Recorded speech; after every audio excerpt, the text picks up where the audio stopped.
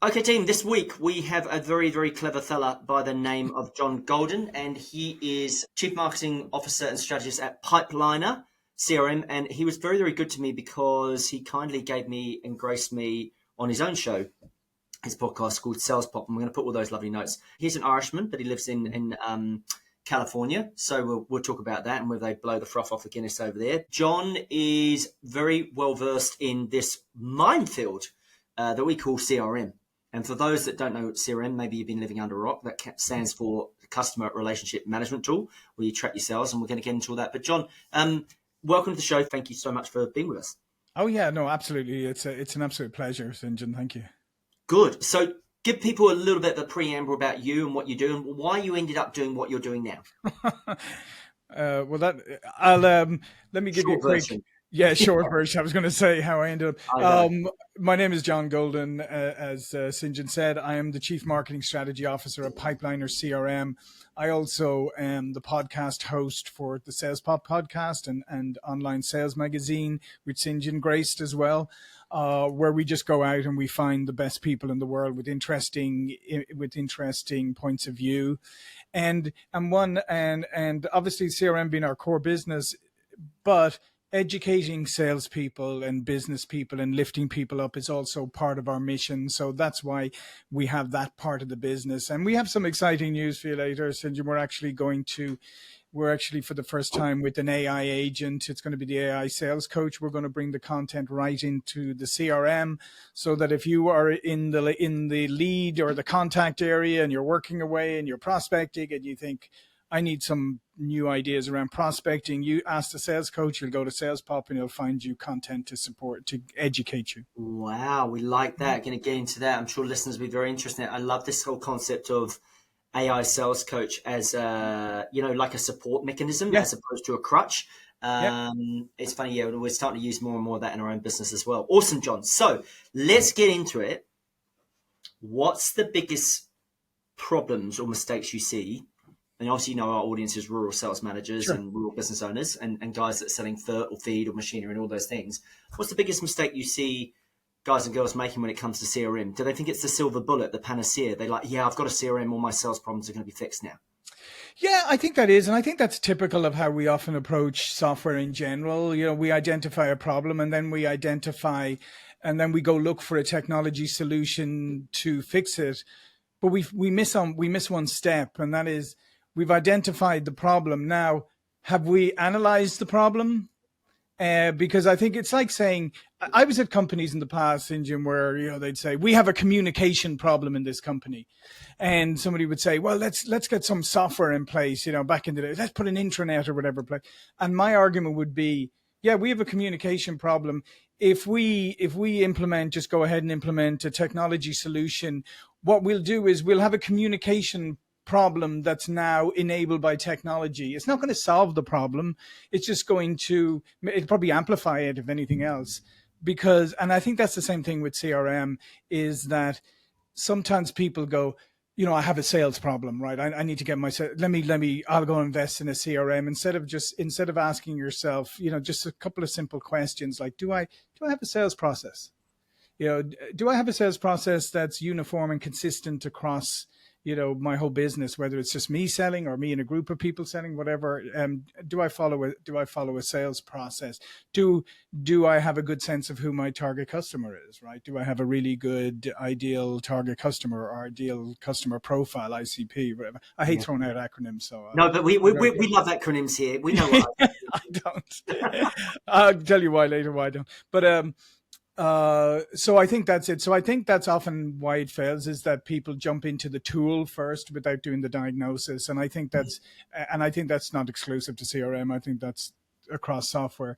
However, with CRM, it's a little bit more complicated because you're dealing with sales and you're dealing with revenue. You're dealing with where there's a lot of different inputs you need to capture, and and sales is very dynamic, as we know. Things change. So I think the first thing that you need to do, as I said, if you're looking at CRM, is just, identify am I set up? Am I ready for this? Like, do I have a sales process? Do I understand who my customer is? Do I understand what I want CRM to do for me? Because if it's just like, I wanted to improve sales, Yeah, don't we all? But that's a little bit nebulous, right? What do Yeah. you want it to do? Do you want to improve your closing rate? Do you want to improve the velocity, the amount of time that it takes to close a deal? You have to start identifying real things, because then CRM can absolutely help you. Yeah. So I'm being sarcastic here for anyone that's not realizing it. So sometimes my intonation might let me down. So you're saying adopting a CRM process will not fix a broken sales process, John? No, Enter, no, insert no, no. But sarcasm. it will make the inefficient and broken sales process more efficiently broken. Oh, like AI. Yeah, Yeah, because I think using AI for sales coaching sometimes is like learning from your mate Dave, who grinds Grand Theft Auto and crashes the car all the time, and then pretends they're a really good driver. yeah, yeah. Because No, I think bad processes only yeah. perpetuate worse processes, right? No, exactly. And like I said, I mean, it just allows you to use the technology to create even more and probably, worse processes in many ways. So, like, I would take a step back. The other thing I think then where people fall down, St. John, is in the initial implementation of it, and this expectation setting, because we get real excited. It's like any software, we get real excited and we think of all the Yeah, things they can and it's going to do. fix everything. It's everything. And so on. Now I'm going to do this. I'm going to roll out. I'm going to set up the sales process. I'm going to set up the forecasting. I'm going to do the quotas. I'm going to do all of these things. And then reality hits you over the head and you realize, like, you've lost everybody because you've tried to do too much. You're confused yourself. You don't see the value anymore. So it's like anything in life, baby steps, right? And Yeah. I would always recommend, you start with, let's get your sales process properly defined in the CRM. And now, not all CRMs are good at that, but just saying as a Hmm. caveat. Hmm. But define your sales process. So whether you have 2 stages, 6 stages, 8 stages. I would never recommend you having 8 stages or even go beyond that, I but can't that's remember okay. anything more than five anyway. So Yeah, yeah, 5, 6. You may 4 to 6 is generally, but I mean, it depends. If your business is more simple, it may be 1 to correct. 2, whatever. It doesn't Yeah. really matter. Cool. What matters is that you define and you identify that there are distinct stages in your sales process. Like I Correct. said, it doesn't matter how complex or how simple your sales process is. Identify the defined steps in that process. Yeah. And then don't just say, now I've got 4 very well defined stages here, I know what's going on. Then go down another level and each stage define the activities and things that need to happen, not just on the sales side, but here's the most important part, on the buyer side, Yeah. right? Well, funny that, because you don't make sales unless someone buys, right? And buyer Exactly. activity and buyer mapping and all those things and the gates that they have to go through.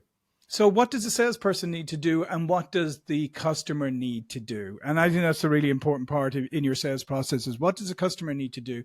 Yeah. Because if I have a meeting with St. John, right, and we had a meeting 2 weeks ago, Yeah. great meeting. Yeah. And at the end of it, St. John agreed to have another meeting with me a week later, right? So I went off to I'm like, hey, I got this. Yeah, we're moving forward. We got our second meeting coming up. Between the time I finish the meeting with St. John and the time we pick it up, St. John's not doing anything. He's not doing anything, right? I didn't set him any tasks. I didn't ask him to do anything. So what do I have? I literally have another meeting that'll pick up exactly where the last one. There's no progress in that. We used to call that at Huthwaite with spin selling, and then we used to call that's a continuation. That's not an advance, it's a continuation, right? And so I Yeah. think it's really important that you define within your sales process in those stages, what are the activities that you need to do and what are the things that you need from your customer prospect to know that they're engaged in the process. So I would always start off with the sales process. Yeah, I love that, John. I love the gold around the continuation versus the advance. Tell me about the spin selling thing. You just mentioned that very quickly. For some people that don't understand it. Oh yeah, so Spin Selling was Neil Rackham, was best-selling sales book of all time. It was the only empirical research ever done with 60,000 plus people across the globe, where he managed to codify what the best salespeople do, and he turned it into Spin, which is a selling model. It's really a questioning model. To be honest. And I was fortunate enough to run that company for a number of years. Neil wasn't there anymore, but I used to engage him every so often as a consultant to help me. I used to do some strategy sessions with him and occasionally bring him in to bring them into customers or prospects just to make things more Wow them. interesting. Yeah, and also, well, your great habit of like coming out with some wisdom that just baffled the people, and they were like, "Oh yeah, we've got bigger issues than we thought." Now, just remind me, SPIN stands for situations. Situation. So Problem. the Yep. questions around situation, problem identification, the implications of solving or not solving that problem, and then the needs payoff. So that's what Yeah. the spin is. Fantastic. And just, I think for listeners, it's really important what John's saying there, because obviously he's got a lot of knowledge on this. It's very much a question based. And what he's talking about is he's talking about the funnels, or we in rural we call it the gateway. So I almost call it like a Right. drafting gate. So I'm using rural metaphors for our Mm-hmm. listeners, that they've got to go through certain gates to get through that process or through that funnel. And obviously that funnel or that process needs to be mapped. And obviously you don't have clarity of CRM until you have clarity of sales process. Mm-hmm. Brilliant. Okay, so By we the really way, by the go way, for I this. don't want to do this as a complete like out of left field, but I just wanted to say for your rural audience, my brother lives in rural Ireland, and his 5-year-old son, who's half Peruvian, his mother's Peruvian, Yeah. obsessed with farming, and your listeners will love this, right? He had his 5-year checkup with the local health nurse, Yes. and she put 5 toy tractors in front of him and asked him to name them, and he named the brand, right? He said John Deere, Massey Ferguson. He named all 5. That's what passed him. He's like, she's going, he's great, off you go. So there you go. I'm sure I love the you're little interlude. I mean, they literally brand them since birth, don't they? You know, yeah, whether they it's do. I mean, Space or New literally, Holland or I was. Are you Joyce. telling Yeah. me that in Leitrim, rural Leitrim, that your mental health and your health is Is how gauged you on whether you recognise tractor know brands. when you know Right. tractor brands? Does he recognise the golden arches as well? I hope not. No, you'd be much more the tractors, Yes, good, because we're talking unless they're giving away semi-automatic. tractors. No, but we'll go down rabbit. I love that, Yeah. and I appreciate that. Okay, so what we've got to do is, so when you are, for listeners that probably don't understand this as well, this is really, really good advice, team.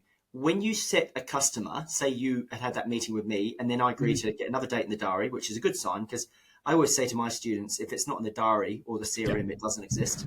Like it's a Exactly. figment of your imagination. If it's not in the diary, it doesn't exist. What kind of activities you set the buyer before you then come back to that next meeting? Can you just give the reader, the listeners, the readers, a couple of examples, maybe?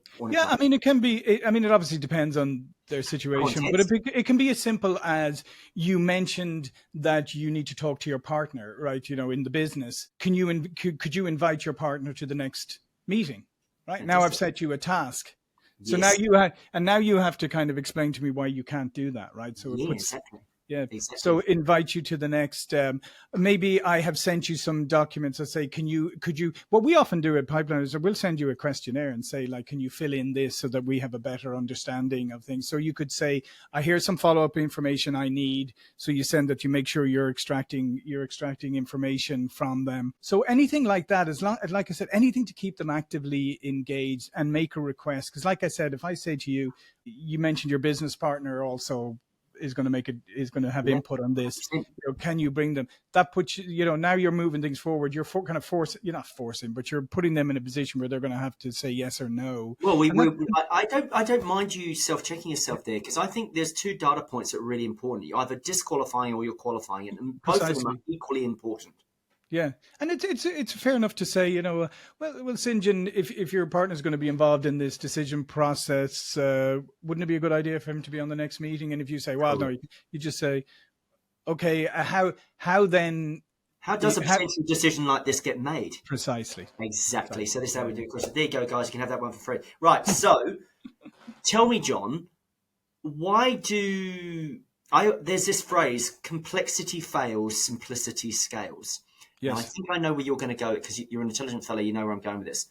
Why do you think most CRM systems fail? Yeah, like I said, I think it fails. It fails from a number of perspectives. Number one, as I said, it fails because people try to overcomplicate it and roll out too much and put too much expectation on the salespeople. I think a big reason why CRM has failed in the past is because it was built for management. It was built for command and control, and it's sold to management, and they get so excited about, I'm going to be able to have insight into this and that, and I'm Just beautiful and pressing that. buttons. I can be a Just spreadsheet pressing, manager.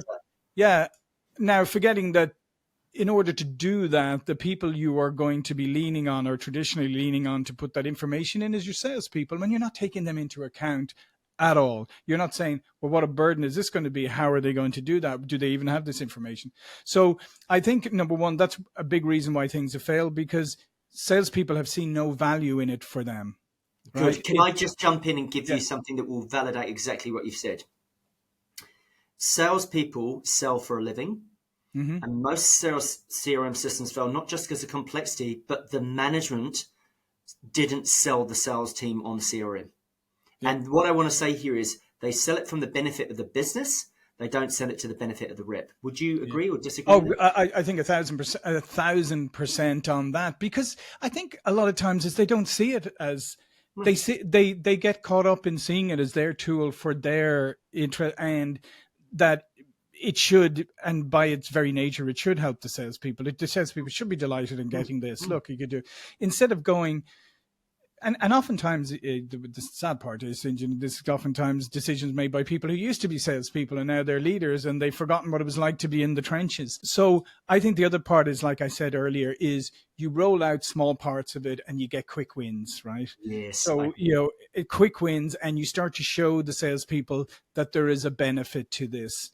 And that's the only way they're going to use it. The first time a salesperson shows up for a call, and their CRM has given them all the information about that prospect, all the historical data, whatever insight they've seen, the support tickets, they know the sentiment of the communication so far. They go in so well prepared that this is a different type of meeting that they've ever had. Right now, you've won.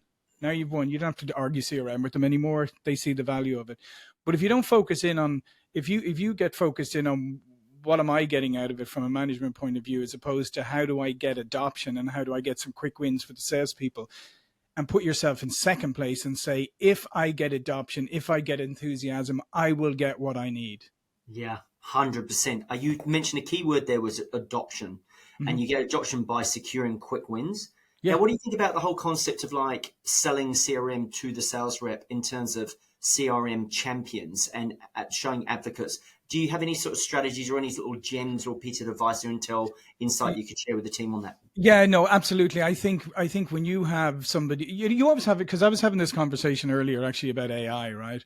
And it was kind of a similar thing. And I was saying, there's always somebody in your organization, maybe in the sales team or whatever, who's so enthusiastic about AI, right? Yeah.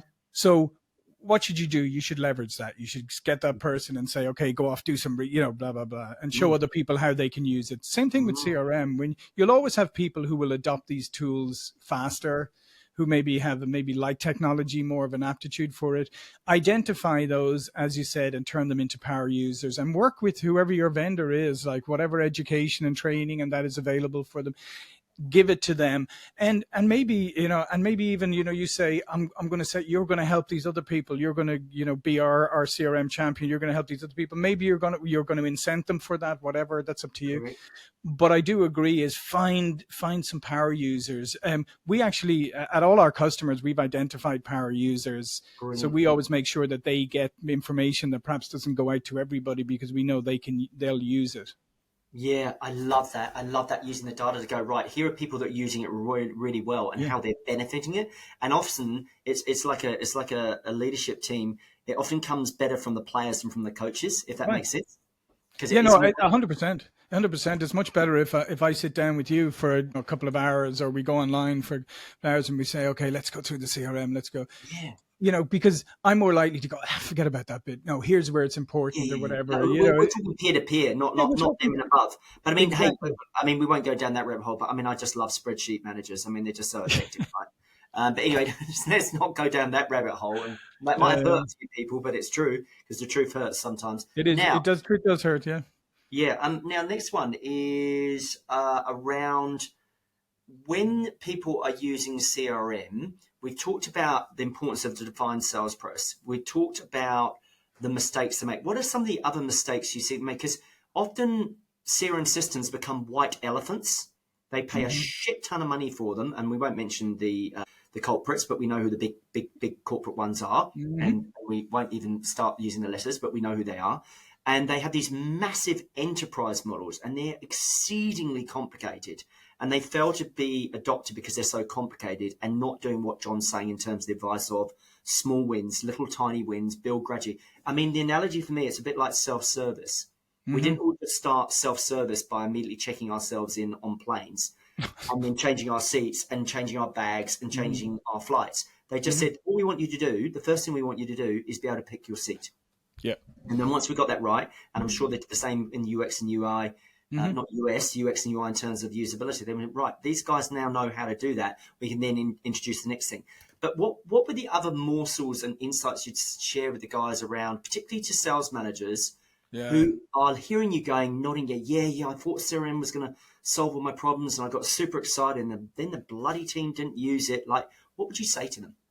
Yeah, what I would say again is go back and revisit how you rolled it out in the first place, right? That's always a good place to start.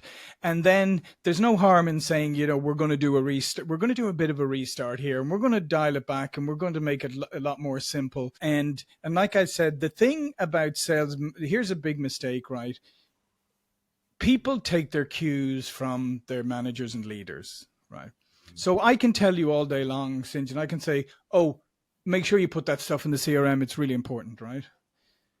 But when we have our business review meeting next Monday, I never go into the CRM.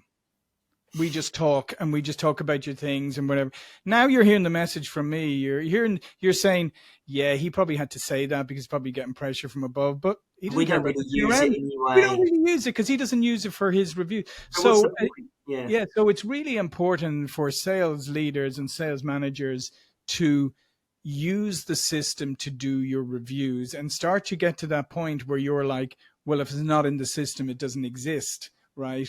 And if things aren't updated, because then you teach behavior, you say, OK, when I have my weekly call with Sinjin, my manager, I know everything needs to be up to date because all we're going to talk about is what's in my system. Hell yeah. Yes, it needs to be, because that's called a proper pipeline review meeting. Because if we don't have a CRM system, we don't have a pipeline review. I talk about not a pipe dream. I mean, that's why you call it Pipeliner, right? Because you've got to see the pipeline, right? So, 100%. So I didn't mean to cut in there, but it's such an important point. Yeah, no, and that's what I would say. I did say a lot of it falls on the sales leader. It's like if you want your people to execute something on a consistent basis, then you have to reinforce it on a consistent basis. Brilliant. And they're going to take their cues from you. Like I said, if I never go into the CRM, if I never go, maybe and you don't have to be so. It doesn't have to be so like punitive or whatever. It can be. You can also do it in subtle ways. You can say, send you a quick note saying, oh, St. John, I was just in the CRM. I was just in your account XYZ. I don't see anything recently. Is that dead or is that dormant? And then you're going, oh, I'm going to get these calls all the time and notes all the time from him if I don't keep everything up to date, And let's face it, you don't really want calls from me anyway. So if you can mitigate that by keeping things up to date. So it's subtle. It's also subtle things like that where you're just continually reinforcing. And it's like, let's face it, we're simple. We're complex and we're simple at the same time. Correct. We're almost, we're complex in a lot of ways, but in a lot of ways we're like dogs. If you just teach us to say, and you keep repeating and repetitive, we'll eventually get it. Well, mother is the learning.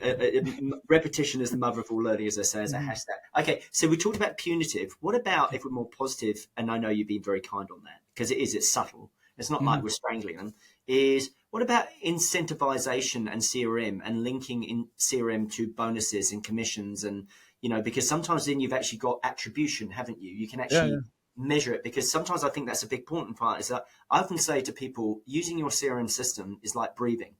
It is literally the lifeblood and the oxygen of this business. So if we can't see it, we can't measure it. So what are your thoughts on incentivizing CRM and how it relates to bonuses and commission structures and incentives? Like, what role does it play there in your mind? Yeah, I mean, I think that's an option. I think sometimes on the flip side, you think like, do your accountants need to be incentivized to use the bookkeeping system? Do you know what I mean? Like there's a certain amount where you say, hang on, this is hygiene factor stuff. Like this isn't good. You just need to do it. But however, I will say on the flip side, we are talking about salespeople. Somebody taught me a very valuable lesson some years ago when I first came to the States, actually, Sid, and this will crack you up. I was working for a company, actually New Horizons Computer Learning. It was a franchisor. So you would go to these big franchise where we would go to teach people about a new product that I wanted them to sell, right? And they all, you're talking to an audience who has no interest in this. They just want to sell what they're already selling and all of this. And one of the guys who was with me, he said on the way, he said, stop off and get about $50 in dollar bills. And I said, what? And he goes, trust me. And so I got $50 in dollar bills, right? And we go in, and the whole thing was literally, we'd be explaining something. We'd say, okay, dollar for the first one. Who got that? Who understands that, right? You would not believe, because you've got a room of salespeople, you would not believe the competitiveness to get a dollar, right? Wow. Like people and paying attention and answering, and it was literally incentivized learning. It was only $1, but they're competitive. They want that dollar. They're salespeople, right? Over their peers, exactly. Over their peers. So I'm not averse to it. Maybe you start having some awards, like where you go, the person who is, who has less than a 5% swing either way on their forecast, gets some kind of reward, right? Yeah. So now you're incentivizing them to forecast properly, to keep everything up to date, to do all of that. So yeah, I think you can do things. You can do things like that. I think you can do your whole. What I used to love to do, actually, back at one company I was with, and I didn't have the CRM that was capable of doing this, is just, put everybody up and put their quotas and put little racehorses running along, to see where you were in your quote in front of everybody, total transparency. So if you were in last place, everybody be going, "Ooh, what are you going to do? Yeah, you're in last place." And then the person would be going, "Oh yeah, I'm going to catch you." But you could do similar things, like create competition in there, and some CRMs like ours, we've built that in where you could put that up on the screen easily with the data, and you could have everybody, you could see where everybody is and see where they're against quota and all this kind of stuff, and make it fun. Gamify it, make it fun, make it competitive. One of our customers, MacTech Online, there's a case study on this. Actually, it's really good. Luke, the sales manager there who runs Pipeliner, he did this fantastic NFL, American football. Yes. Sales competition in Pipeliner for his people, right? And he had all teams, and you get points and all of that kind of stuff. But it was all based on sales, obviously. Yeah. They had one of their best sales months ever. Yeah, and it's having fun. Sorry, carry on. Yeah, no, and that's what I'm saying. So sometimes it's having, and sometimes, and you said this earlier about, sometimes it's very simple. It's very simple. It's like, why shouldn't it be fun? Why shouldn't it be enjoyable? Yes, work is stressful, sales is stressful, but why can't we make it as enjoyable as possible? I love that. I think that's a really good point. Like, I think sales is a sport. Mm-hmm. And the funny thing is, the more you practice it, the better you get at it. Yeah. Blood sport sometimes, but that's okay. Do not talk about the All Blacks. They're not happy about the All Blacks. We took an absolute punishment in South Africa this weekend, gone at time of recording. Anyway, hopefully they can get some good coaching. Okay, so sales managers, you're listening. There's some principles that John shared here. He's got a lot of experience on CRM. What are some of the pitfalls, some of the other mistakes they make? Too complicated, too overwhelming. Don't sell it in from the benefit to the rep. They sell it from the benefit of the business. What else do you see? What other mistakes do you see? And I think the other thing is not to look at CRM as a one and done. Like, I've implemented it now, it's good. Because let's go back to sales process for a moment, right? We may put a beautiful sales process into the CRM, and we've educated everybody, we've got all it done. And that's beautiful, because let's face it, our customers are never going to change how they buy, right? Never, ever, ever. No, they're going to stay the exact same. So I think that's another mistake, is you stop looking at things as dynamic, and you stop looking at going like, yeah, our sales process was great last year. Is it still applicable? I need to stress test it, right? I need to look at it today and see, is there anything that's changed? Are my buyers, are they acting any differently? Are there any things we need to monitor? Are we getting stuck in a different stage than we used to? Like, there's so I think that's another mistake, is not looking at it as a living, breathing organism, and something that you should be constantly tweaking and constantly adjusting. And so you look at it that way, because I think it's a mistake people make. They implement it, and then the management go, okay, cool, it's implemented, they can use it. And they think that that's it, that they can now just move on. They don't realize that, no, just like everything else, you need to be paying attention to it. You need to be learning from it. You need to be tweaking it as you go. it's a living, breathing thing. It's Hmm. not a set and Yeah. forget, right? Yeah. And so, funny thing is, often I see the mistake is that sellers push buyers through their process Hmm. rather than the selling process reflecting the buying process or the buying journey. Yeah. And then, some people I think just lose sales because they just sort of try to force fit a prospect and they make it, the prospect actually just wants to buy. And they're like, no, hold on, I just need to follow my process and go through it. It's like, what the hell are you doing? You just lost a sale because you just forced them through a process that didn't Yeah. align with theirs.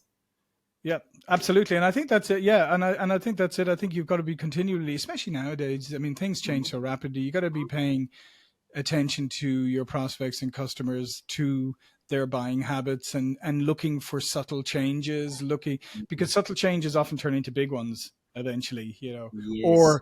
or you may see a little bit of a change here or there, and suddenly it's And it's across the weeds in the board. garden. It's weeds in the garden, as I say. Yeah. Yeah, yeah. Good for your rural folk who are listening to this. You know what it's like if you ignore that. If you That ignore crop, that and patch of weed. it gets on you, then you bloody Yeah. affect your yield big time. So before we go more into the CRM, tell me, I'm just really interested. When you worked, obviously Neil wasn't with the business. When you worked at Spin Selling and you were running that business, my goodness, you would have learned some lessons. Yes, What did and you learn there? Because that is, if anyone didn't listen to it, Neil Rackham was probably like, as John said, he was the first guy that wrote a book with empirical scientific evidence behind the process, the sales process. What did you? Gee, you must have learned some stuff there. yeah, I think one of the biggest. I tell you, when I first joined Sinjin, the first time we were going, I was helping them like go on a sales call or whatever, and it was a very large multinational company, right? And it was Mm, thousands of salespeople, a few thousand salespeople, and we went in, and so the night before we were sitting down and we were going through, who's going to do what and whatever, and who's going to talk about, and I was looking at the solution and stuff, and I was going, this seems very rudimentary. And I mm, said, this is a big, big organization, like a global organization. A lot of these things that we're talking about, I would have assumed that they would know.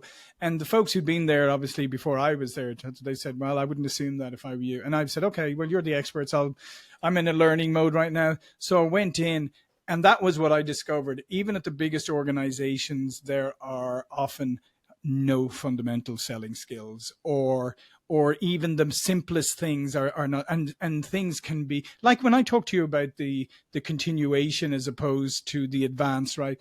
that's right. I've seen people go like, you just said something like mind-blowing, never thought of that, right? You know what I mean? So one of the things I learned is that don't judge a sales organization on the size of the organization, because it can be a huge organization and still it can be very rudimentary in its sales approach.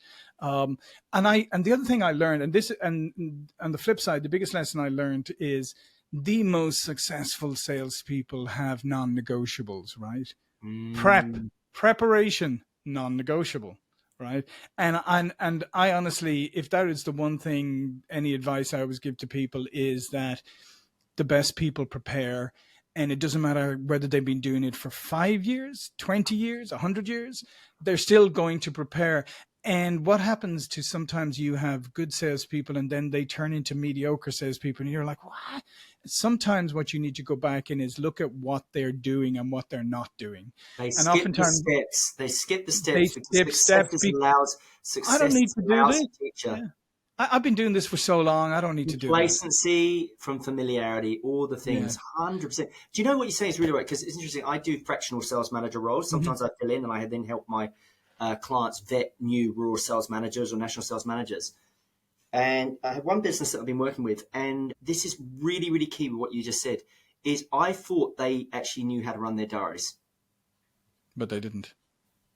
And it's like John Wooden, the basketball coach, the very famous basketball coach over in the US, and Hmm. he had John Wooden, his name, and he taught the basketball players how to put on their socks so they didn't get splinters when they Right. ran, and he never assumed that they knew how to do that. And so what is it? That's a very extreme version, but it's like, right, the first thing we're going to teach you, and I think particularly with younger people today, because you and I are probably similar age, we know how to run our diaries. But the Hmm. thing is that the younger generation are so distracted. Some of them are very good and some of them aren't so good. Yeah. But I've also seen older guys and older gents and ladies as well who just literally run from fire to fire and get the dopamine hits. It's like, have you blocked out time in your diary to follow up the leads and work the CRM? Yeah. And they And haven't. no, and that's what I'm telling exactly. And if you want to do, that's the first thing any sales leader or any outside consultant should do is say, let me look at your calendars. Yeah, And you say, what's this? Oh, well, that's a prospect meeting. You go, okay, where's the time allotted for prep? Right. beautiful. It's not on the calendar. And if they say, oh, well, no, I do it. I mean, I always spend a half. And I go, Where yes, is it? fine. You may well do that. That may well be true. But where is it on your calendar? And what happens if somebody calls you during that half hour? Are you now talking about something else? Are you turning up unprepared? So, yeah, the top salesperson, number one, they wouldn't answer your call during that 30 seconds. If you came up to their desk, if they happen to be in a shared environment, they'd say, I'll catch you in an hour. Yeah, I'm doing my prep. And that's Yep, because they're non-negotiable about the prep. It's because funny, they're the non-negotiable. top 10% of salespeople are the top 10% of people that prep for their calls. We Yeah. call them pre-call plans. Now, I had one more question as well, just before I forget it, is what are your strategies for, maybe you've answered it already, but I'd like to see if there's maybe a slightly different answer, to reducing resistance or reluctance from sales reps because they think CRM is the big brother looking over them and micromanaging them. The reason they won't use the CRM because well, you're going to start seeing what I actually am doing or not doing, and I don't want to play that game. What's your response to that? Yeah, I mean, my response. Well, I've got a couple of responses. One And response, you can be slightly rude about them. yeah, It's yeah. fine. One response is, well, what are you doing that you don't want me to see? Yeah. I mean, that would be my first thing. Like, what are you hiding exactly? If you've nothing to hide, like, why would it be an issue? Why would you exactly? Exactly. But so Why that are would you be having my that response? I'm interested. What are you worried about? Are you Yeah, fearful of exactly. What something? do you think I'm going to do exactly here? The other thing, then I would flip it around and say, no, don't look at it as something for me. Look at it as something for you, right? You are salespeople are unique in most organizations, right? Because salespeople are the only ones who they don't know how much they're going to earn. If they could be commissioned, they could be full commission, whatever. They don't have guaranteed income. I keep picking on accountants, I'm sorry, but your accountant down the hall knows exactly how much they're going to get paid next month. Maybe Mm. they have an annual bonus for going above and beyond. I don't know. But basically, they know they've predictable income. Salespeople don't have predictable income. Therefore, they have to operate slightly differently from other people. They have to be creative. They have to almost build their own business. And I think that's when you start looking at the CRM as a tool for managing my book of business and treating it like your own business and say, okay, this is a tool that I can use to be more effective in maximizing my book of business. So I think you got to flip it and say, forget about, I'll get everything I need. If you're using it to run your book of business successfully, I'll get everything I need. So don't worry about 100%. that. There's an alignment. And yeah, and the other thing is say, and I'll be there to jump in and help you. Right. Nice. I'm not looking at this. And here's another thing, just on, I know it's a bit scattered, but it just No, I love popped it. into my head again.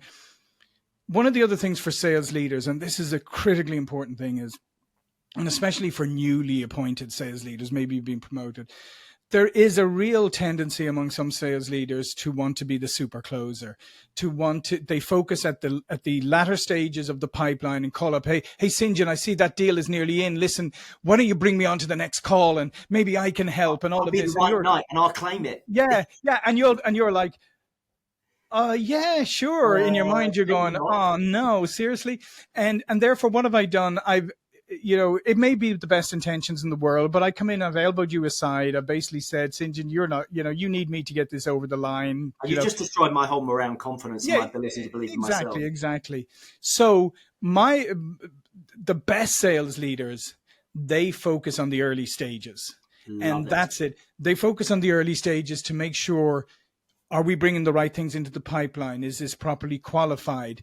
Then if I call you up and say, hey, St. John, let's talk about XYZ company that's in stage 2 right now. Let's strategize a bit. You're all for that, right? You're all for the let's strategize. Let's, come up with some, that's helpful. The end of the process, hey, get out of the way. Let me close Don't this don't for you. don't, don't Not steam helpful. in at the end and destroy Yeah. my. But what I always say, one of my phrases, I always say, most closing problems are opening problems. Well, that's it. And therefore, you think if you as a sales leader spend your time at the early stages of the pipeline. And that may also require going through I did this, I actually did this at Huthwaite and the parent company that owned it at the time, Informa. I ran two businesses for them, but I got to the stage where we're doing a lot of work, and I was saying, we need to reduce our pipeline to things that are real, that we have a better than average chance of closing, and we need to clean up the pipeline. Because I was always hearing these things where people who go, oh, you need five times, X revenue in order to meet your target. And I'm going, why not 10? Why not 15? Why not 2? Why not whatever? It's all arbitrary. What I'm saying at the end of the day is you need the right opportunities in there. If you have $5 million worth of opportunities in your pipeline, but reality, only about 1 million of them are real, what's the point in having the other 4 million? You're only fooling yourself. I used to call it the feel-good funnel. It feels great. You go look at, maybe sales right now are not doing well, and the owner of the company is saying, hey St. John, what's up with sales? We've had a terrible month. And you go, yeah, but these guys are going to come in. I tell you, they are. They're ready to move. In 3 months' time, we're going to be rolling in it because all these opportunities in the early stage are going to come. 3 months' time. Hey, St. John, what happened to all those up? Yeah, some of them slipped out, some of them moved a bit, but I've got more. And before you know it, you're in, a year later, you're out of business. Yeah, I love it. I would much rather have a quality funnel than a quantity funnel. And you got to kill your little darlings sometimes. Yeah, and you got to get rid of stuff, and you've got to say goodbye, and you've got to say, yeah, look, I invested all this time and energy. It's the old economic principle from the Austrian school of sunk cost, and I think that's something that's and that's what a lot of salespeople need to take on board, and sales managers is the throwing good money after bad, right? Yeah, you've invested all this time and energy, but it hasn't gone anywhere. So at what stage do you say, okay, cut it, move on? Yeah, because you could be over-servicing that prospect at the expense of under-servicing the right ones, right? Exactly. Right. That was bloody useful for new sales managers. Don't get all frothy and excited about the prize at the end. Get excited about the front and work with the rep, and they're more likely to let you in on the deal. I mean, ultimately, it's like any coaching. You get involved at the start, not the end. It's top of the cliff, not bottom, right? Yeah. It's like, I mean, when you're watching the the All Blacks the other day, the team manager's not running on it.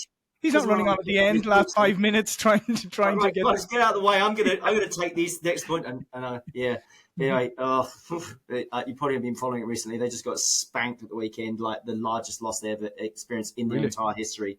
Really, I didn't know. I wasn't aware of that. That's got to be. They conceded 36 unanswered points in the second half.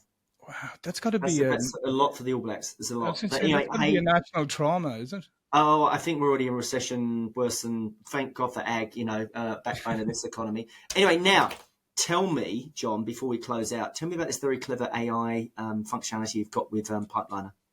Yeah, so one of the things that, and just for people to know that we built Pipeliner from a salesperson point of view, exactly what I said. We wanted to build something that they could use. So our CRM, you can give the sales people all the tools, the management tools, the tools that normally are reserved for manager, let them manage their own book of business. Obviously they have access to just their own data set as opposed to the whole company's, but treat them as adults, give them the tools, and that's where we came from. And then we started working with AI around 2018. We actually did some work on our mobile with AI, but with this iteration of AI, we see that AI is a fantastic support. It's not a replacement for salespeople. In fact, it's a leveler. It's a level upper, if that's such a word. Yeah, I like leveler. Because, say for instance, in our system, we have AI now that can go through all of your communications, text, emails, all of that, and it can summarize them. It can do a sentiment. It can tell you, like, yes, everything was going fine. Oops, sentiment just changed around here, right? So now you're focused. Now you've got an idea of what's going on. It can schedule stuff for you. You can compose your emails. You can do automation. So all that routine work is taken away from you so that you can focus on being creative and building the relationship. So all the AI tools we have are built to make it easier for you to use the system, number one, and second off, to be as informed as possible about your book of business, about everything that's going on, so that you can have the most educated and intelligent conversation, with a prospect, and everything is there for you. So and that's our attitude going forward, is we will leverage AI in every way we can to help salespeople be more effective, not to replace them, but actually to help them focus up a level on doing the things that let's face it, every salesperson wants to be creative. They want to build relationships. They want to talk to people. Correct. That's what they want to don't do. want filling in stuff and analyzing stuff. We get the machines to do that, so we Get can the be more machines. human, They do right? it better. Yeah. You're never going to be that good at it. Yeah. No, exactly. I mean, when they get emotional sentiment scoring, that's going to be pretty crazy, interesting. Yeah. And so Any views on that? Yeah, I mean, I think everything has. I think every data point it's good to have data points. I think we also have to be careful about weighting data points, right? About is this data point, it's interesting, is it more important than another data point, right? So I just think we have to be careful that we don't go too far where we're trying to overanalyze things as well, because let's face it, we can analyze things and technology can analyze things and allow me to have an intelligent conversation with you. Now, where that conversation goes, nobody can predict. Right, because we're unpredictable. We're not predictable people, right? We're human beings. We're hella unpredictable, right? So predictably irrational. Yeah, predictably unpredictable or whatever. Yeah. Yes. So AI can't do that. So the point is like to gather enough data points to be able to have a well-informed and educated conversation, and then go and have that well-informed, educated conversation, but have it with the goal of learning more. Yes. Right, learning more and learning more important things, and that's why AI has set you up to help you, to put you in that place to learn more. I love how you talk about leveling up, because I mean, I don't think salespeople go into punch data and do data entry and stuff like that. I mean, double data entry is an absolute no-no. But one thing I've seen a mistake when I see a failed CRM system because they bought an enterprise model and it's 5K a seat or something crazy, whatever it is. And I go and sit with a rep when I used to go and do truck time or windshield time and sales observation. I sit in the truck with them, and they'd have their own CRM system, which is called an Excel sheet. And I said, hold on, Houston, we got a problem here. Like, the upper echelons of management have spent all this money for a CRM system, and you're using your own CRM system to work out your commissions and bonus, because your important point about predictability of pay and pay packet, they're using their own system because they don't trust or use the one because it's so unusable, if there is such a word. Yeah. And like in our system, you can build it in, you can calculate your commissions in there. And isn't that nice? I mean, rather than going off and doing your spreadsheet, you just have it in the system and it does it there for you. So it's things like that, St. John, that I think are important for leaders to bear in mind. As I said, what's in it for the salespeople? So having been able to, for the system being able to calculate your commissions, like, that's really good, isn't it? I think that's a pretty good sales proposition for selling to salespeople, because they're competitive, they like making money, or the right ones do anyway. Yeah. If they're saying they don't want to make money, maybe you need to look at your sales team. Yeah, exactly. Again, Houston, you've got a problem. John, we're going to love and leave it there, my friend. Where do we point listeners to where they can dig more about Pipeliner and look at what you've got? Pipelinersales.com. Just go. Everything there. Take a free trial. No obligation, no credit card required. And we're always ready to help you. Your trial, if it's something you don't feel like you can do on your own, just as a contact us, we'll do a demo for you, whatever. Always happy to talk to anybody, always happy to discuss. And pipelinersales.com, and you can find me on LinkedIn. Beautiful. And sorry, I know I put you on the spot on this one because we're not asking for massive plugs. Why I got you on the show is, one, I think you're a source of knowledge on CRM, and I think that's been a real gap for us in our podcast guests because it's such an important area. The other thing is, what I get from Pipeline is very simple. It's very simple to use, and I think you've been explaining that. So I'd encourage people to go and check that out. The other thing, John, do you get many rural companies that use it? Do you have a few guys that jot into it? Yeah, we do. We have a very eclectic mix of customers, across the board. Now, I would say, our system, you do need to be process orientated. You got to believe in sales process and stuff like that. I think if you're just looking for handy contact management system. Glorified contact book. Yeah. Yeah, you know, we're going to be overkill for it. But if you really understand sales, if you have sales process, and so, then absolutely, yeah. Yeah, good. I'm gonna look forward to having a dig in there. John, thank you so much. Thanks for your generosity. Thanks for your insights, your intel on that.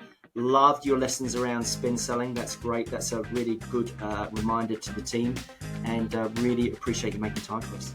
Yeah, absolutely, and I'll look out for trials and demo requests coming in from New Zealand. Good man. You might get a few from Australia and Canada and America as well. Oh, everybody's welcome. Awesome, my man. Thank you so much. Cheers.